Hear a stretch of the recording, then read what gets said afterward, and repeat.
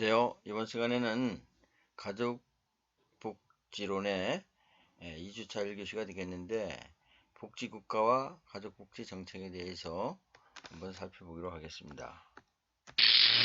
목차를 보세요. 1. 가족복지 정책의 정의와 욕구, 가족복지 정책의 유형화, 우리나라의 가족복지 정책 영역과 내용, 가족복지 정책의 변화, 이렇게 네 가지 단위가 되겠습니다.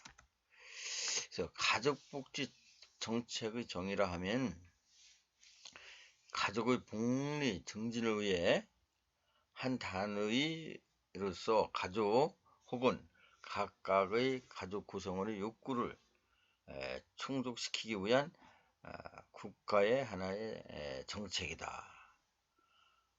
가족복지 정책은 이제 그 한 가족 구성원의 욕구를 충족시키기 위한 국가의 한 정책이라 이렇게 정의를 내리고 있습니다. 그래서 이게 가트너의 가족 정책의 분류가 있어요. 협의의 분류와 강의의 분류가 있는데, 협의의 분류에서는 정통적인 요소, 직접적 소득 이전, 간접적 소득 이전, 모성휴가, 부성휴가, 보육시설 이런 것들이 하나의 국가에서 그 가족 구성원들에게 욕구를 충족시키기 위한 하나의 정책 일환으로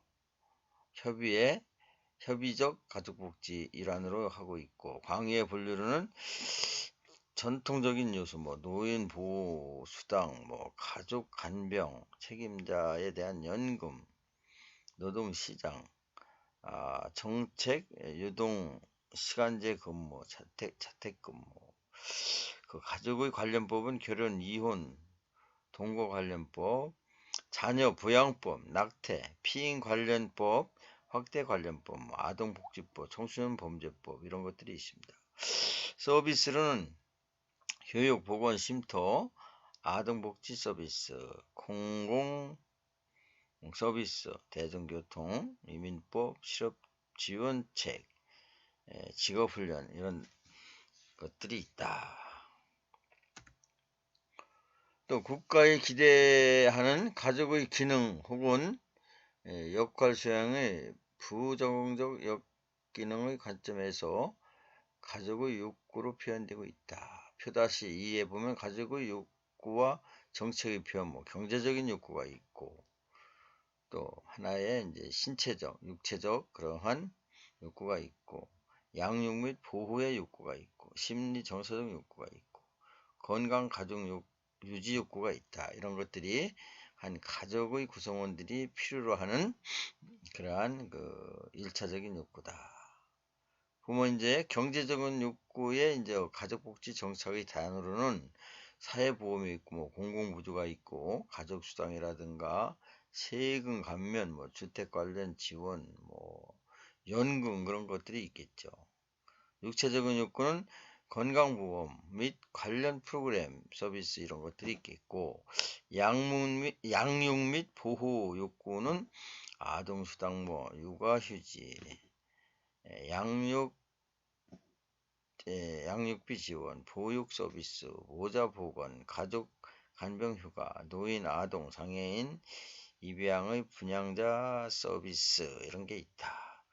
심리 정서적 욕구는 가족 상담, 가족 치료 서비스, 가족 폭력 및 학대, 가족 서비스, 부부 상담, 기타 서비스.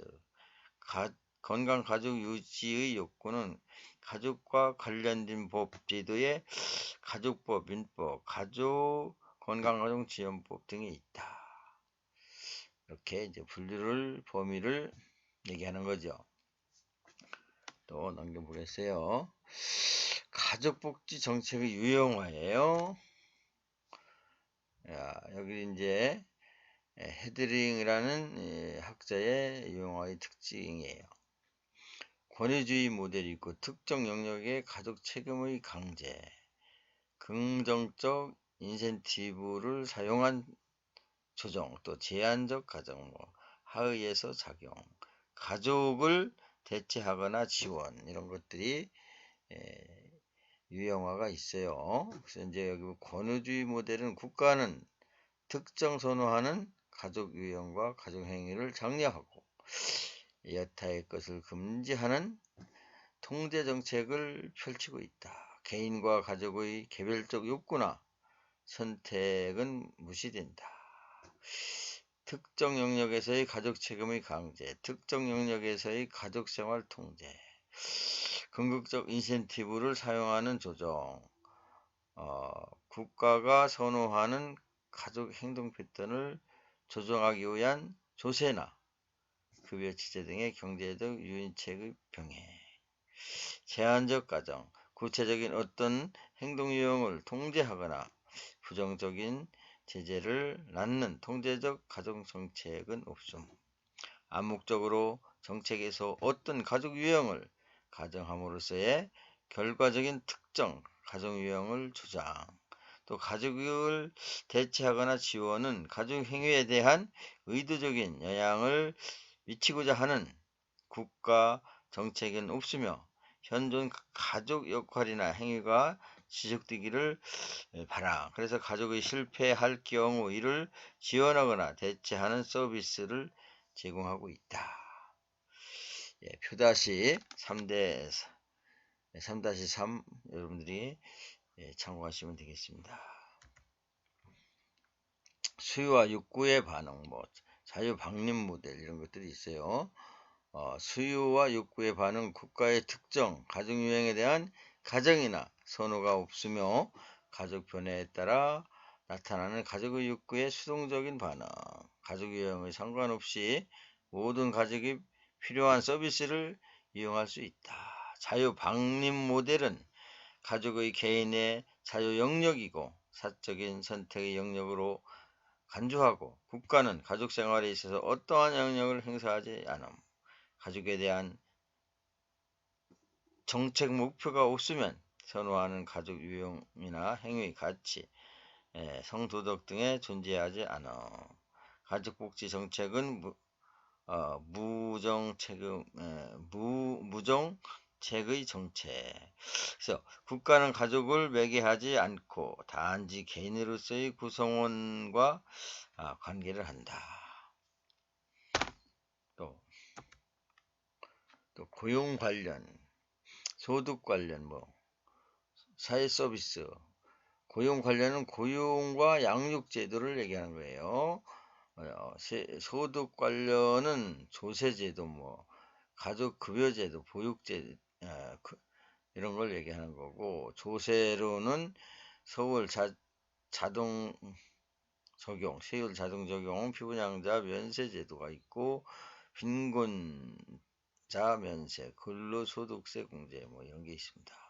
가족급여의 제도는 피부양자의 수당과 그 다음에 이게 이제 식권 제도가 있어요. 보육자들은 보육 서비스, 모성 건강 아동 건강은 모성휴가나 학교보건, 주택정책은 주택임대, 특수가족을 위한 정책으로서는 빈곤가족의 보충급여, 특별요구를 가진 아동지원 서비스 등 아동복지 서비스 등을 이제 그 사회 서비스로 볼 수 있다.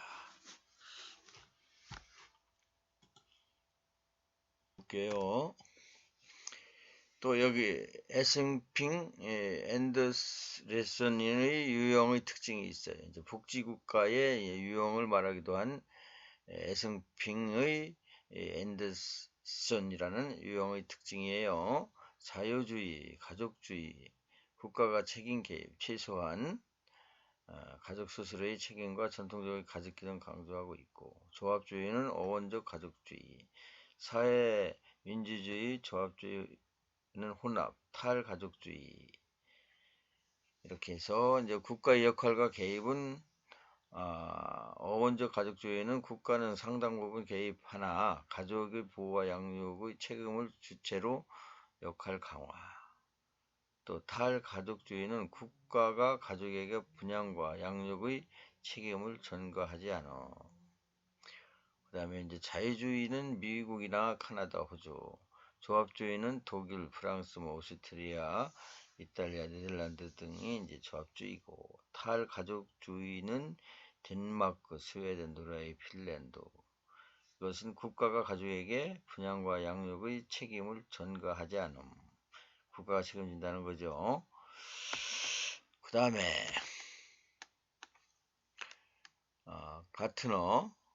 가트너가 이제 유형한 특징이 있어요. 가족 친화적 모델, 실상 장르주의 모델, 전통주의 모델, 양성평등주의 모델, 가족 친화적이면서 비개인 모델이 있습니다. 그 다음에 여기 보면 정치적인 관심, 그 정책 프로그램 이런 것들이 있어요. 저출산 문제를 해결하기 위해서 출산 장려 정책에는 뭐 자녀 수당, 뭐 모성 휴가, 보육 시설 지원, 뭐 관대한 낙태 이런 게 있고, 전통적인 모델로서 전통적 가족 친화적 정책 목표 유지, 가족 지원을 위한 중간 정도의 국가 개입. 아주 개입을 안 하질 않죠. 어느 정도.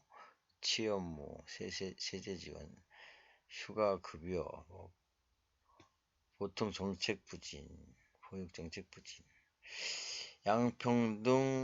양성평등주의 모델은 남녀 간의 증진, 시험 부모에 대한 국가적 지원, 부모 휴가, 뭐 자녀 간병 휴가, 아동 휴가, 낙태 관대하다.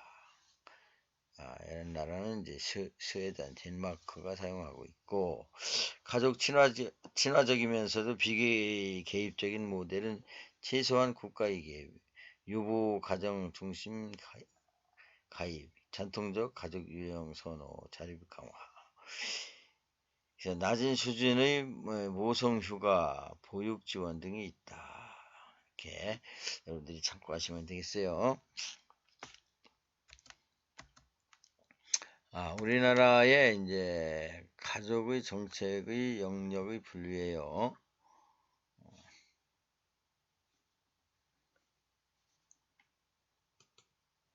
정책의 영역 분류예요. 가족 내 노인, 민간, 시장 부분도 있고 비시장 부분도 있다.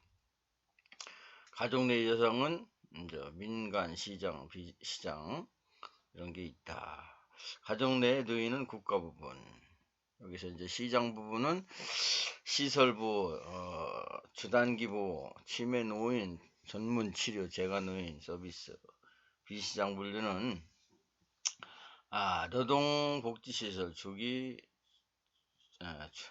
이게 주간보호센터를 얘기하는 거죠. 치매 노인 전문 치료, 재가 노인 복지 서비스, 상담 치료가 있고, 국가 부문에서는 공공제도, 고용 관련 서비스, 남녀 고용평등법, 남녀 차별금지법, 국민연금, 모자복지, 보건사업, 요보호 여성 발생, 예방체,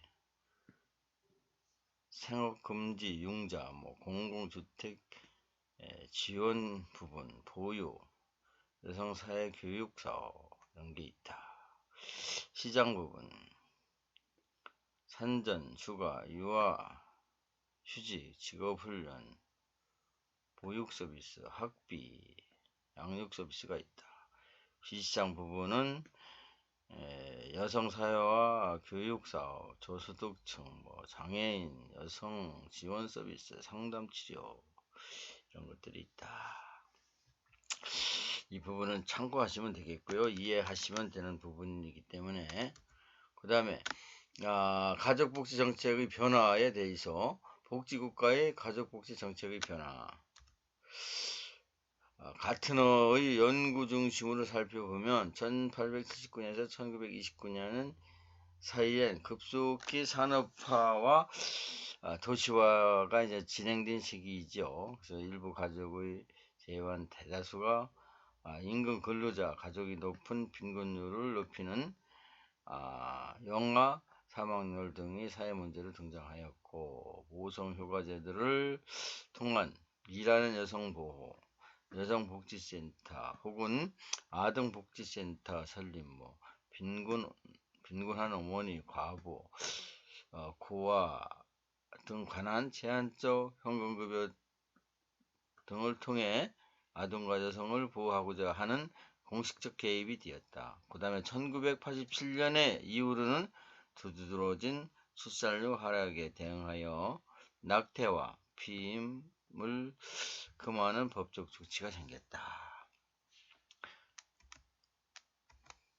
또 1930년, 1944년 사이에는 제2차 세계대전 전까지 시기죠. 그래서 출산율 하락으로 인구 감소에 대한 우리나라의 지배적인 시기이다. 또한 가족의 불안전성의 증가와 가족 내 부모의 권익 약화, 사회화의 위협이 있었다.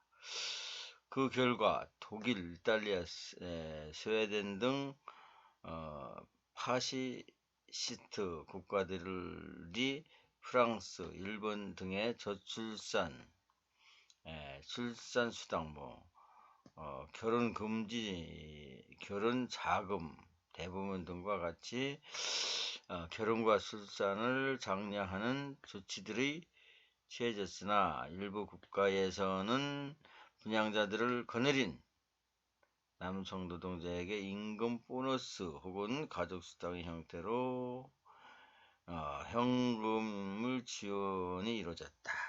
이렇게 가시면 되겠고, 그 다음에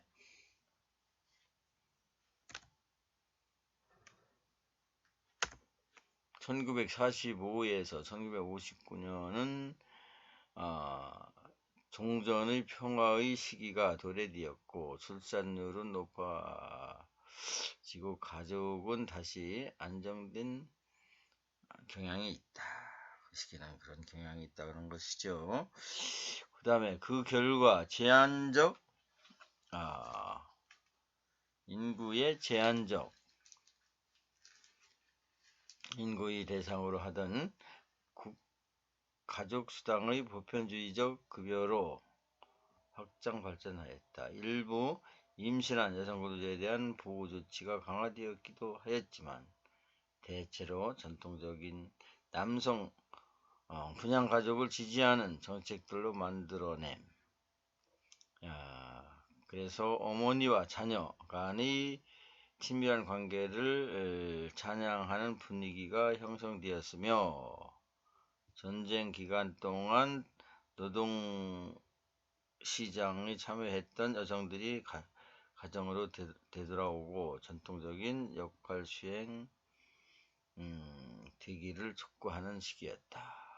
1945에서 1959년 이게 이제 평화 종전으로 이루어졌던 그런 시기이다.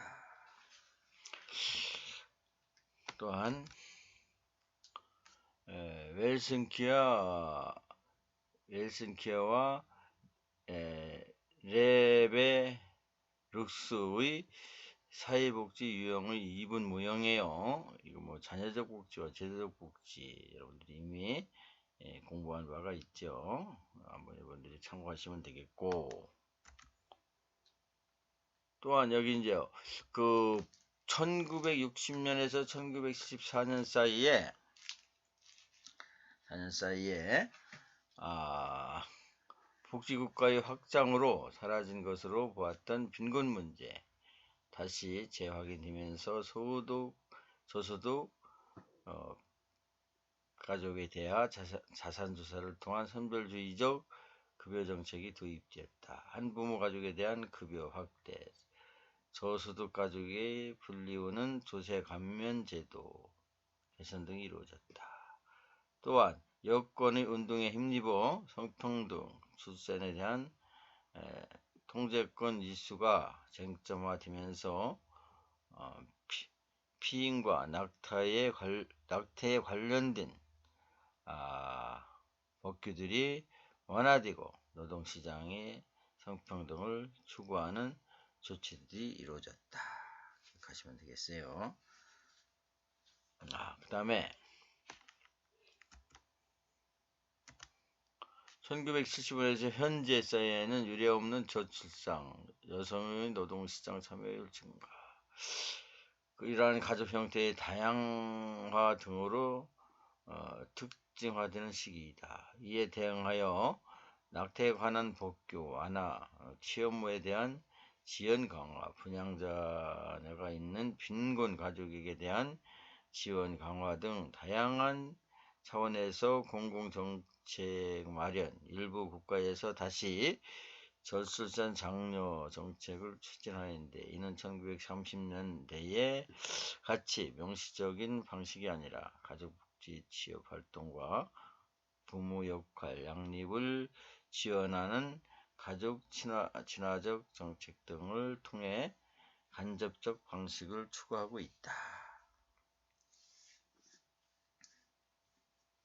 또 여기를 또 보겠어요. 그래서 우리나라의 가족복지 정책의 변화를 한번 보겠습니다.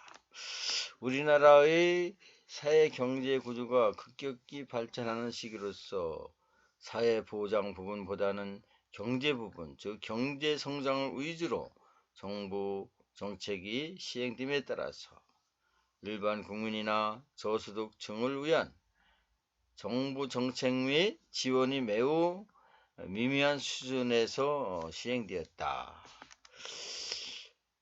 그래서 이제 제5공학 시대 1981년, 1982년 여러 사회보장제도에 관한 입법 및 미비한 수준에서 사회복지 서비스 프로그램이 국가적 차원의 복지 마인드를 실현한 구체적인 실천 시기이다. 그래서 생활보호법과 국민연금법을 개정하고 건강보험 및 산재보험을 확대하고 사회복지 서비스에 관련한 노인복지법을 마련되는 시기이다. 그래서 가족 관련 복지 정책의 지원 대상은 가족을 통해서 분양을 받을 수 없는 요구 대상자의 취약계층의 집중 시기이다. 이렇게 기억하시면 되겠고, 그 다음에 다양한 사회복지 욕구에 따라 여러 계층의 목소리가 정부 정책에 반영되는 민주화 결집 역량으로 그동안에 시행하지 못하거나 미비한 사회보장 제도를 다소 확충시키는 시기였다. 그러나 과거에 비해 많은 제도들이 마련되었지만은 모든 국민적 복지를 충족하는 데에는 역부족으로 다양한 사회계층의 욕구에 부응하는 정책으로 충분한 생계 유지 및 저소득층 스스로 자립할 수 있는 프로그램들의 개발, 실천되었다고 할 수 없음. 제6공화국. 그 다음에 이제 다양한 사회복지 욕구에 따라 여러 계층의 목소리가 정부 정책에 반영되는 민주화 결집 역량으로 그동안에 시행되지 못했거나 미비한 사회보장 제도들이 다소 확충되는 시기이다. 그러나 과거에 비해 많은 제도들이 마련되었지만 모든 국민적 복지를 충족하는 데에는 역부족으로 다양한 사회계층의 욕구에 부응하는 정책으로 충분한 생계 유지 및 저소득층 스스로 자립할 수 있는 프로그램 개발 실천되었다고 할 수는 없다. 그 다음에 문민정부에요. 1993년에서 1997년 사회보장제도 마련 및 확충에 따른 제도의 정착과 많은 노력을 기울인 복지 발전 확장기로 고용보험이 제정되고 기존의 노령수당의 경로연금 제도로 확대 개편되고 저소득 장애인 가구에 대한 교육비 확대 및 각종 장애인 감면 제도 등이 대폭 확대 시행된 시기이다. 이렇게 생상조복지라는 그 슬로건 아래 경제 위기 하에서 생계 어려움을 겪는 저소득층 실직자를 돕기 위한 각종 제도를 확대되거나 새로운 제도를 마련하는 시기이다. 그러나 사회보장제도에 대한 사각지대가 존재할 수밖에 없는 한국적 장으로 인해 전 국민의 복지를 실천하고 잊지 못할 한계적 때문에 저소득층 및 취약계층에 대한 충분한 지원이 이루어지지었다고는 할 수 없다는 것이죠. 참여정부의 초기 2003년에서 2003년 참여정부 참여복지 슬로건 아래 사회복지 공급 주체로 국가의 책임을 조화하고 있으며 강조하고 있으며 복지 대상의 취약계층이 아니라 모든 국민이라는 보편주의 택함으로써 예방적 복지를 강조하였다.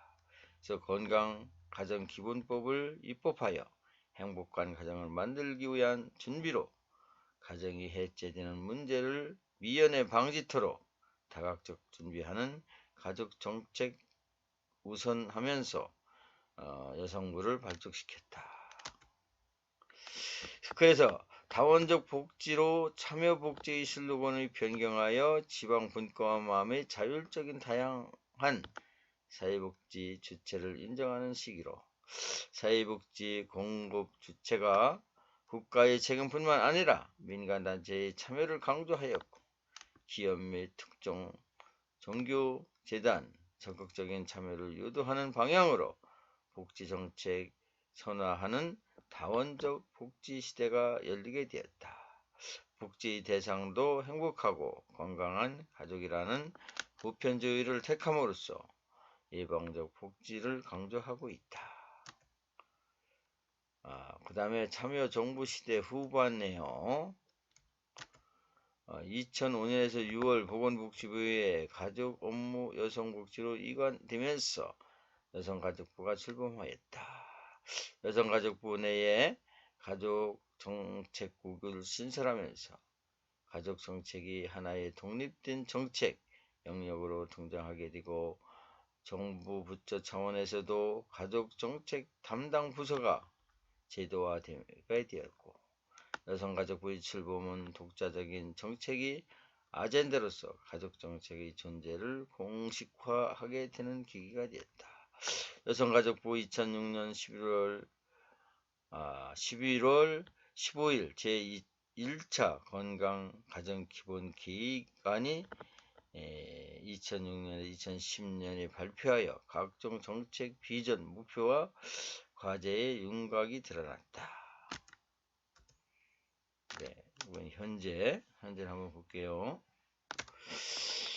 2000회에서 지금 현재는 보건복지부의 가족 업무의 여성복지 이관이 되면서 여성가족부가 출범하였고 여성가족부 내에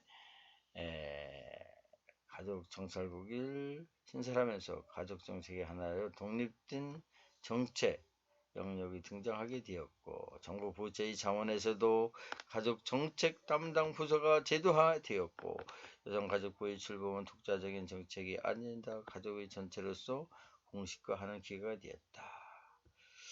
이렇게 여성가족부 지금은 또 여성가족부를 폐기하자는 그런 여론도 많이 있다.